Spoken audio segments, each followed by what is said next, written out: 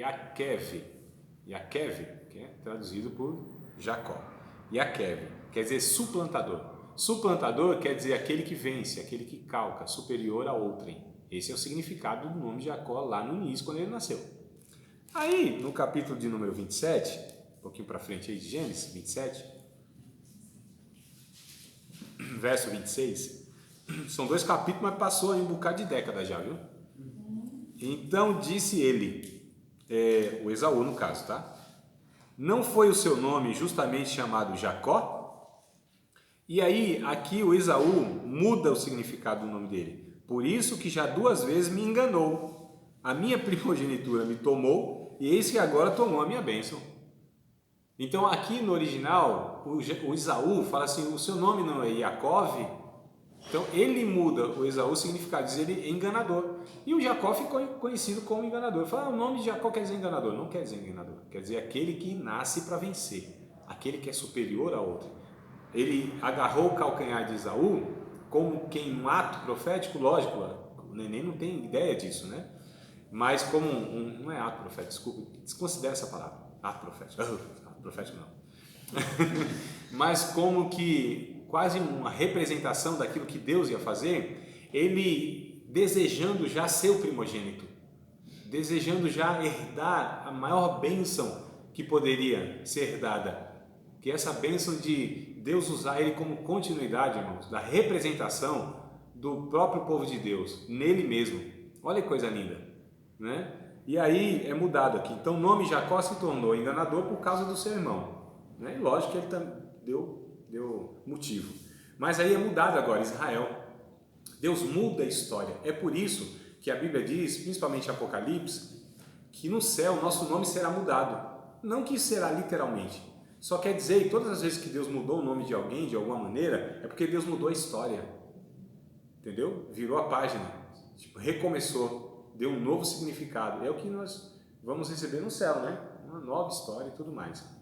Então Jacó ele foi transformado por Deus, foi chamado de Israel. A partir de Jacó é que a nação de Israel se forma com as 12 tribos. Tanto é que a nação de Israel passou a ser chamada de Israel. Israel, né? Os israelitas não foram os jacobinos, né? Então mudou. Quase uma nova criatura, na verdade. Jacó se torna nova criatura. Porque nós somos, já fazendo esse link no Novo Testamento, nós cristãos somos nova criação de Deus. Em Jesus, como em Adão, foi formada uma criação, né? Uma humanidade. Em Jesus é criada outra humanidade.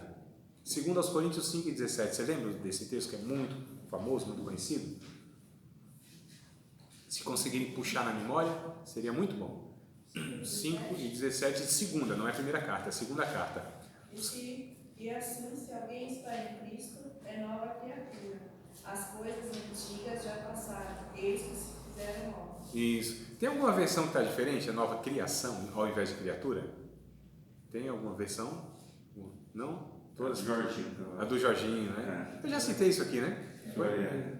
Então, olha só, não estou repetindo todo o conteúdo, não, né? Não. Obrigado, senhor. Então, uma nova criação, né? O Jacó é uma nova criação. Ele foi aqui regenerado, ele foi transformado. Então, o Jacó é o homem que Deus mudou. Lembra das questões que eu coloquei? Abraão, o homem que Deus chamou, Isaac, o homem que Deus guiou, o Jacó, o homem que Deus mudou, transformou. Nele, Jacó se manifesta a bondade e a generosidade de Deus. Eu sei que eu falei isso na aula passada, estou repetindo mesmo de propósito. Se manifesta nele. Então, não é o Jacó que é destacado aqui, não é o Isaac que é destacado aqui, não é o Abraão que é destacado aqui. Em Abraão é destacado a escolha de Deus. Em Isaac é destacado a orientação de Deus, esse Deus que guia a gente pela vida e na história. Em Jacó é destacado a generosidade e a bondade de Deus, transformando um pecador miserável e lhe dando uma outra natureza e dando outro desfecho de história, de vida, lhe colocando na história como uma pessoa a ser vista como um exemplo do que o poder de Deus pode fazer na vida de um pecador desgraçado, né? Todo pecador é desgraçado, não sei. De uma pessoa que ela é tida inclusive pelas outras como um vale nada, um enganador, um embusteiro, um enrolado, né, um carnal. É por isso, irmãos, que a gente precisa ter muito cuidado com as pessoas quando a gente fala, isso aqui não tem mais jeito. Isso aqui, rapaz, já passou na igreja aqui umas 10 vezes, né? Amados, cautela. Não julguemos as pessoas tão facilmente assim, né? Lógico que a gente precisa ser prudente. Precisa identificar que a gente não pode confiar em algumas coisas a certas pessoas.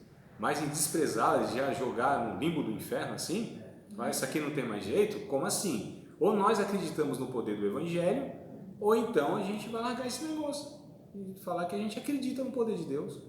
Ou a gente se julga melhor do que as outras pessoas, ou aquela pessoa é tão pecadora que não existe um meio para salvá-la. Para um grande pecador existe um grande Salvador. Para um grande pecado existe um grande perdão.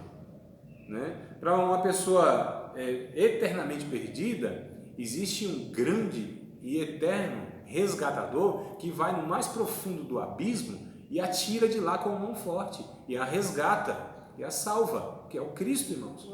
Não há abismo mais profundo, trevas mais densas, pecados tão pesados de escravidão, que o nosso Cristo não consiga desfazer tudo isso, reverter tudo isso. A Bíblia diz em 1 João 3,8 que Jesus veio para desfazer as obras do diabo. Ele disse, eu vim buscar e salvar aquele que se havia perdido. Então Jesus desce às partes mais baixas da terra, vai no inferno se for preciso, tira das garras do diabo todo e qualquer pecador. Ele é poderoso para fazer isso, o Evangelho faz isso, irmãos. O Evangelho vai em lugares que a gente não imagina, alcança pessoas e transforma pessoas que a gente fala, o quê? Assassino, né? Um cara mau, um cara que mata mulher, criança e não tem dó. Aí vai Jesus, encontra esse cara no meio do caminho, deixa ele cego, diz, Saulo, Saulo, por que me persegues? Duro é para ti recalcitrar contra os aguilhões. Quem é, Senhor? Sou Jesus a quem tu persegues. E Jesus tinha falado lá para um tal de Ananias, vai lá, porque tem lá o Saulo de Tarso, e está na casa lá de fulano de tal. Ah, sim, o Saulo? Ah, não, eu sei quem é Saulo, a gente sabe aqui quem é Saulo, ele tem matado muitos dos teus filhos. Não, mas ele já está manso, vai lá porque eu lhe mostrarei quanto ele deve sofrer pelo meu nome, vai lá. Aí chega lá, né, todo pianinho, irmão Saulo, chama de irmão já, né, pela fé, irmão Saulo, tudo certo aí, tá matando crente ainda? Olha que coisa linda, irmãos, o que Deus faz. Pega um cara que na época era o cara que a igreja mais, assim, sofria pela perseguição, era Saulo, cara que, né, terrível, ele tinha ordem das autoridades para fazer aquilo, e fazia mesmo. Então Deus vai lá e fala, não, irmãos, teve alguns anos depois que os apóstolos, eles ficaram meio assim, como diz o outro na minha época, na segunda, assim, meio desconfiados, será que não vão receber Saulo não? Irmãos, demorou, Tiago, Pedro, João, o Bartolomeu, Tomé também, todos eles meio incrédulos assim, falaram, não, esse aqui não queriam receber. Se Barnabé não vai lá e introduz Paulo lá nos apóstolos, eles não iam receber. Falaram, não, a gente não está muito acreditando nesse cara que se converteu não, ele quer disfarçar, entrar aqui no nosso meio e matar todo mundo, tipo homem-bomba, né? Não, isso aqui deve ser um árabe aí. E era mesmo, Paulo era Tarso da Cilícia na Arábia, né? Então eu já falo, é um árabe isso aqui, vai entrar aqui no meio, vai dar esse negócio todo. E o Barnabé maduro foi lá e disse, não, eu tenho acompanhado, ele de fato foi regenerado, Jesus o encontrou e o transformou. Saulo agora todo perigosão era manso, sofreu demais, amou demais, sensível demais, doou a sua vida para o reino de Deus. Muitas e milhares de pessoas o Espírito Santo usou para salvar, plantou muitas igrejas, pregou em todo o mundo conhecido naquela época, foi até o Império Romano, pregou para a guarda exclusiva do imperador. Nossa, como Deus usou! Parece que quanto mais pecador, desgraçado, parece que mais o Espírito Santo gosta de ir lá e, né, transformar. O cara mais bravo transforma assim uma moça, né? Isso não é pejorativo, não. Isso está falando, né, na delicadeza. Não, então esse é o poder do Evangelho. Isso, na verdade, o que acontece com Jacó é a mensagem mais poderosa que a Bíblia traz. Mais poderosa. Pode ser quem for, né? Olha aí, nós aqui outra vez. Olha só olhar para trás. É só olhar para a cruz. Porque a gente não era essa pessoa boazinha que muitos pensam que a gente era. Aliás, continuamos sem ser. Nós não somos. Se a graça de Deus não refrear em nós.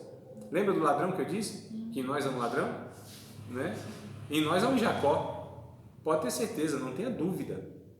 Por que uns fazem tal coisa e outros não? É a graça de Deus que refreia, de maneira misteriosa.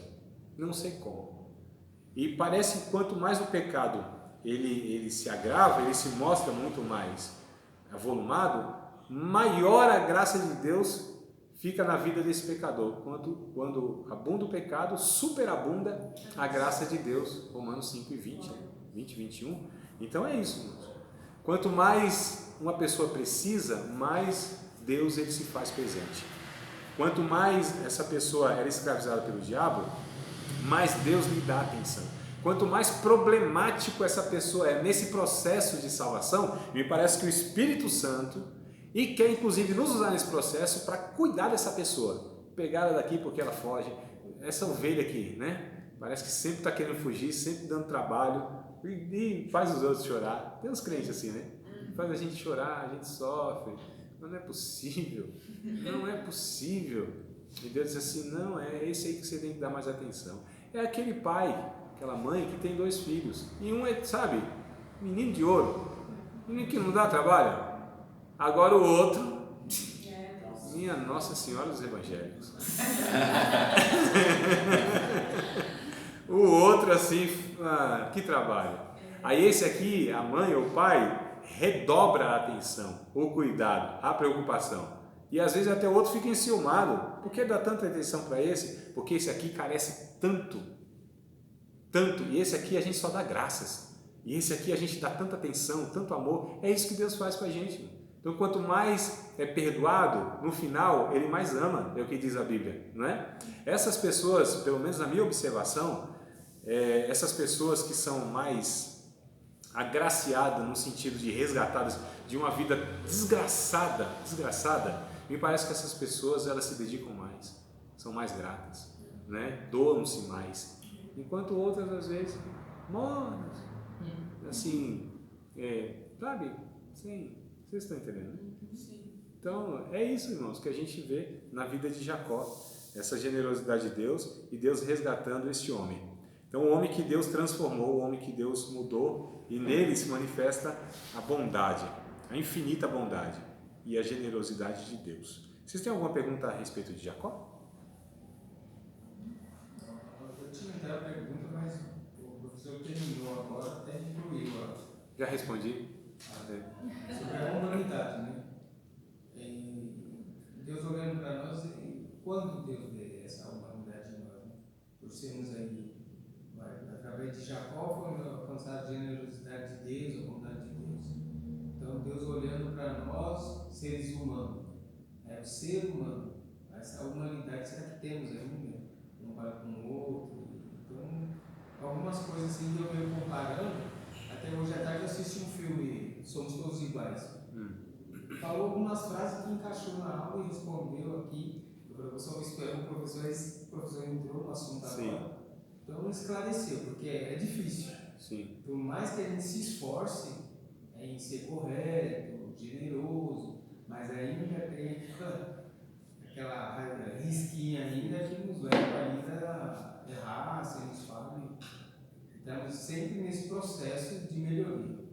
O que sempre. Paulo diz em, não o apóstolo, não o pastor Paulo também, mas o apóstolo Paulo, ele diz no capítulo 7, que eu acabei mencionando, mas não falei muita coisa. Ele diz, olha, o bem que eu quero fazer, não faço.